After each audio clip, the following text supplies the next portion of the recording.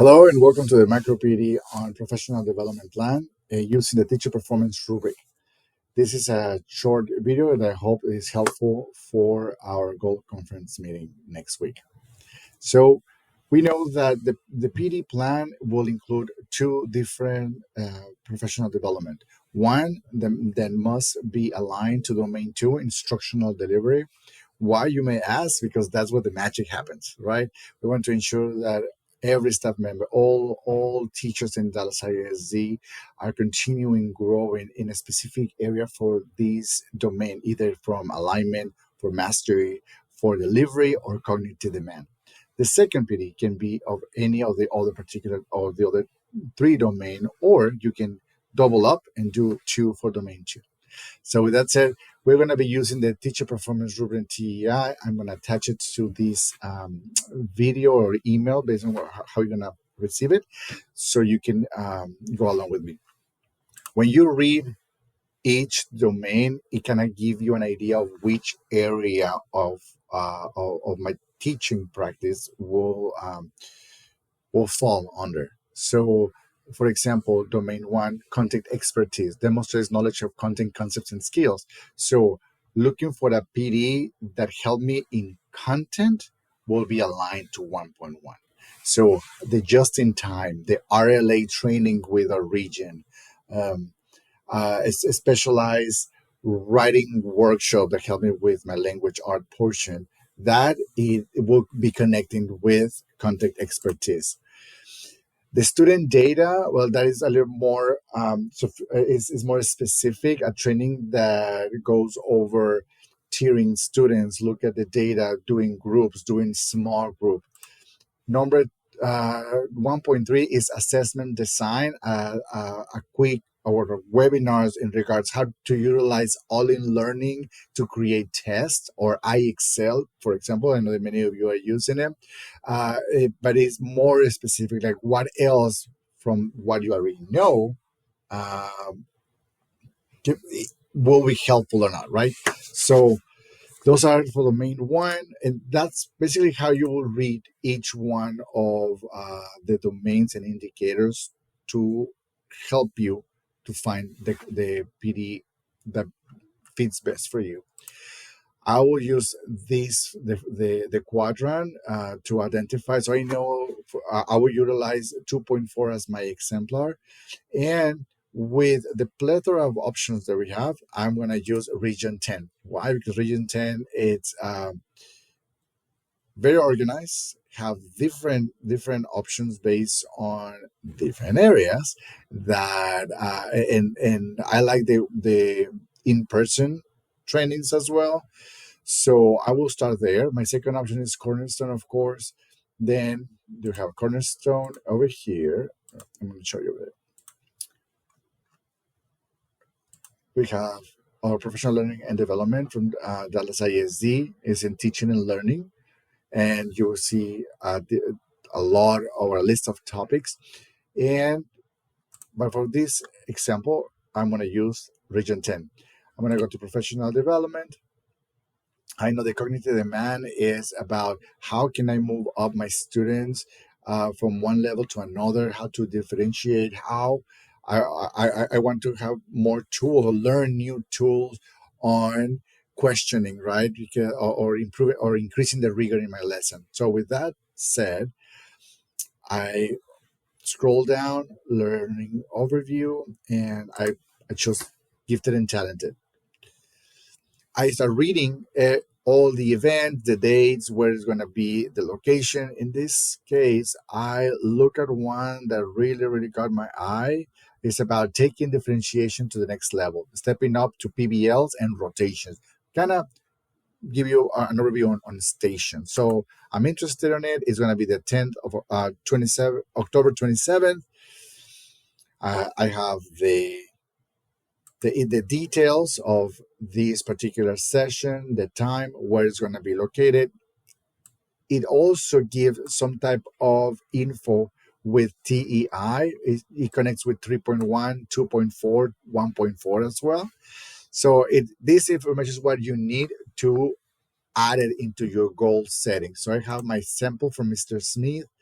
I know that my first one is domain 2, indicator 4, and I just write the name of my training, when I'm gonna take it, and I'm done with this one, right?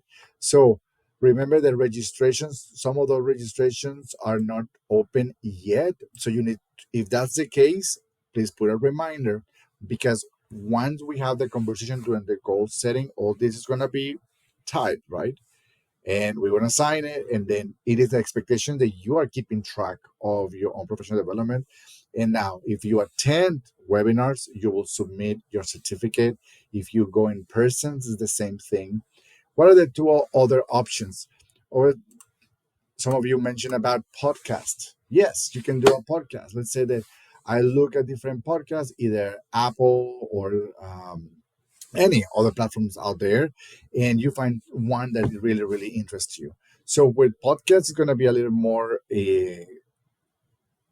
personalized, because it is after you hear or listen to the 20-minute 30-minute podcast, what was the main idea, what is the focus on it, and have some type of reflections and feedback. And I want to tell you why. Because later on at the end of the school year during our summative, this is only part of the professional learning point 4.3. I'm going to make this screen a little bit bigger so you can see. Proactively seeks out and participates in current research-based and job-embedded professional learning opportunities, models self-reflection and active seeks feedback. This part of the self-reflection, it's a lot of you can have as an evidence these particular PD. However, these PDs are required by the district. This is not something extra that you are doing. So all this is falling into the proficient end. Now, if during the school year you wanted to go to different conferences, you want to go above and beyond and ask for feedback or go and visit other schools, like that part is your commitment to, or exhibit, right, the commitment to professional growth by pursuing and implementing then you sharing. I hope that makes sense about the difference between proficient and exemplary. Going back to the training, let me go back. All right, I hope this is okay. So if you decided to do a podcast, again, this is what for 2.4, you read the details of the podcast.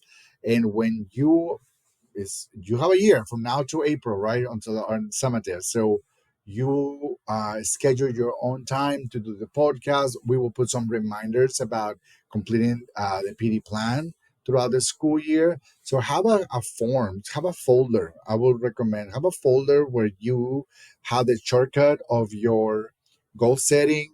Have maybe a folder or two about adding your some evidence.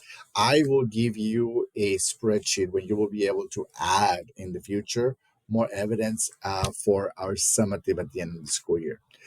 So podcast is the second one, in person, of course. Cornerstone, Region 10. Some of you were asking about the um, Google certification, level 1 certification, and 2. That is also a professional development plan that you can pursue. It is, I believe, a very useful training. At the end, Google gives you your certificate, and you learn a lot of the tools on how to utilize much better not only Google Classroom but all the gadgets around it, like from Google Forms, how to make your spreadsheet more friendly, more engaging as well. Even the websites, how to create a website, it is very, very awesome. So that is out there for you. And some of you will say, I want to read a book. The same applies as as doing a podcast. It's going to be on your own time. You will select your book. It is going to be on. You'll be accountable, right, to focus on X amount of chapters, all the book, and have some piece at the end. What is your reflection and what do you use in your classroom? Because at the end of the day, guys, professional development plan is what I'm gonna choose right, for me to grow on, how I'm going to apply it in my class, how I'm going to learn about the experience. Was I successful? Did I struggle? What was my role? What, like, how many roadblocks? What were my roadblocks around it, right? So we can have that conversation together and see, right, the growth from August to the end of the school year.